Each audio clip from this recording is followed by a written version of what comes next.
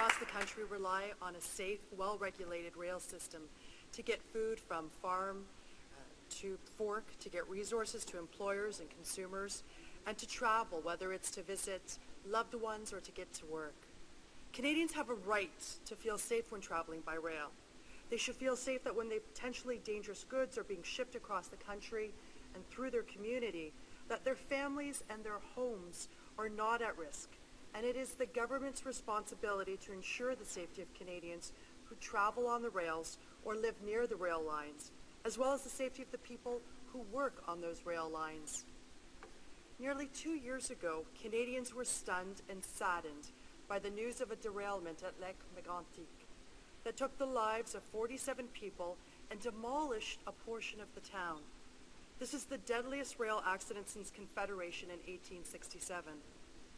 In the weeks following that tragedy, the Conservative government promised decisive action to ensure the safety and integrity of our rail system. But nearly 2 years later, we have no more guarantees than before, and the government is largely missing in action on this file. Their piecemeal approach to rail safety has done nothing to prevent the 3 derailments Ontario has seen over the course of February and March alone. This March, one of those trains, a train carrying dangerous goods, was on fire the entire weekend in Ontario. When asked recently about the derailments, the minister expressed her concern and stated, and I quote, "There must be reasons behind it. It cannot just be a fluke of nature." I don't know if Canadians can be reassured from that type of answer from the minister, who is responsible for guaranteeing train safety. Perhaps the minister might look to the Rail Safety Division in her department, which is understaffed, underfunded, and undertrained. It falls to the Minister of Transport to order railway companies to develop specific rules to ensure the safety of Canadians. It's also within the power of government to make regulations which apply to railway companies, and then to audit, to monitor, to see if those regulations are actually being followed. It looks and it resolves itself by actual leadership. Canadians look to their government to intervene when their safety is in question. It's one of the fundamental responsibilities of government. Yet at a time when it's very clear that Transport Canada has a lot of catching up to do, when safety should be their top priority, its budget was slashed by over $200 million in the main estimates. That 11% cut follows on an already scathing Auditor General's report, which noted, amongst other things, that the government only performed 26% of its planned audits and did not audit Via Rail at all, despite the fact that Via Rail carries 4 million passengers each year. Can you imagine carrying out only 1/4 of your planned audits? 3/4 of the job was not done, and the safety of Canadians is at stake on this file. The report also revealed that the government does not have enough inspectors and system auditors to carry out critical safety functions. There is a capacity problem inside the department at Transport Canada. With the current workforce, the department has conducted too few audits. Only 1/4 of the planned audits that Transport Canada said were necessary to keep rail safe in Canada were actually done. With those staffing levels, how many years will it take before the department audits all key components of safety? When the minister was asked about this by my colleague from Ottawa South in committee this month, the minister reported only hiring 1 additional inspector. How is that good management or good leadership? How does that protect Canadian safety?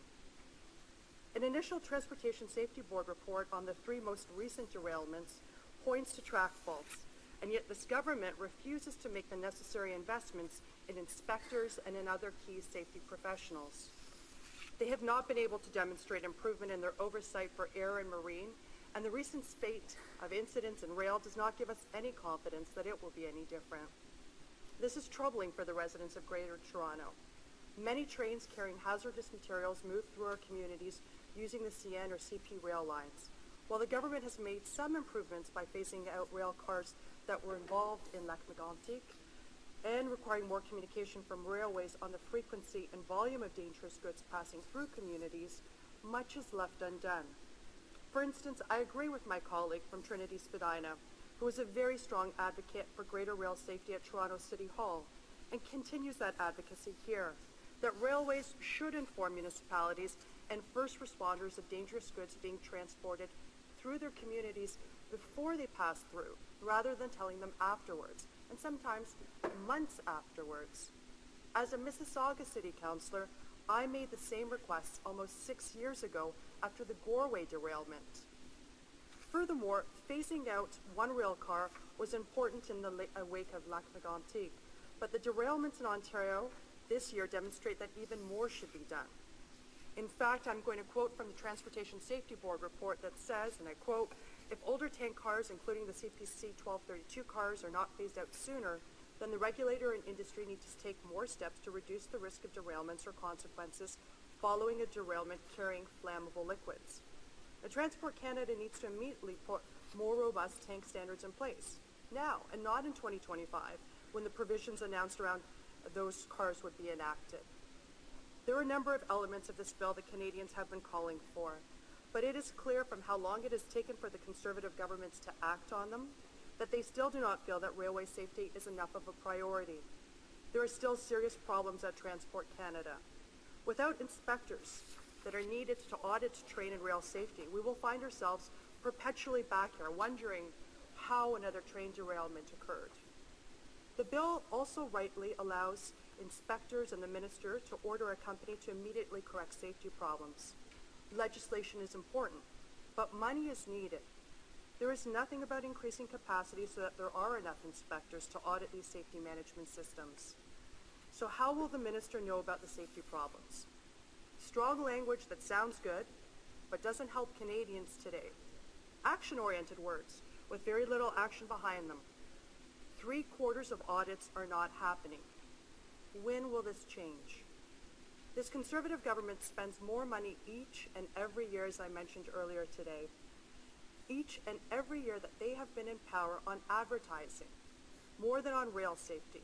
They're spending $42 million on ads announcing an income splitting plan that doesn't help most Canadians, while they're only spending $38 million on rail safety just 2 years after the Lac Mégantic disaster and subsequent derailments, and while presiding over a 1,500% increase in the transportation of oil by rail in the last 3 years.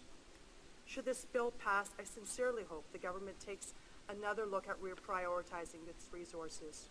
It's clear that they will have to make changes to rail security, but now they must do more than piecemeal updates to rules and regulations here and there, and they must put their money on the table and adequately fund the department and the staff who work every day to protect Canadians across the country from spills, derailments, and other potentially devastating disasters.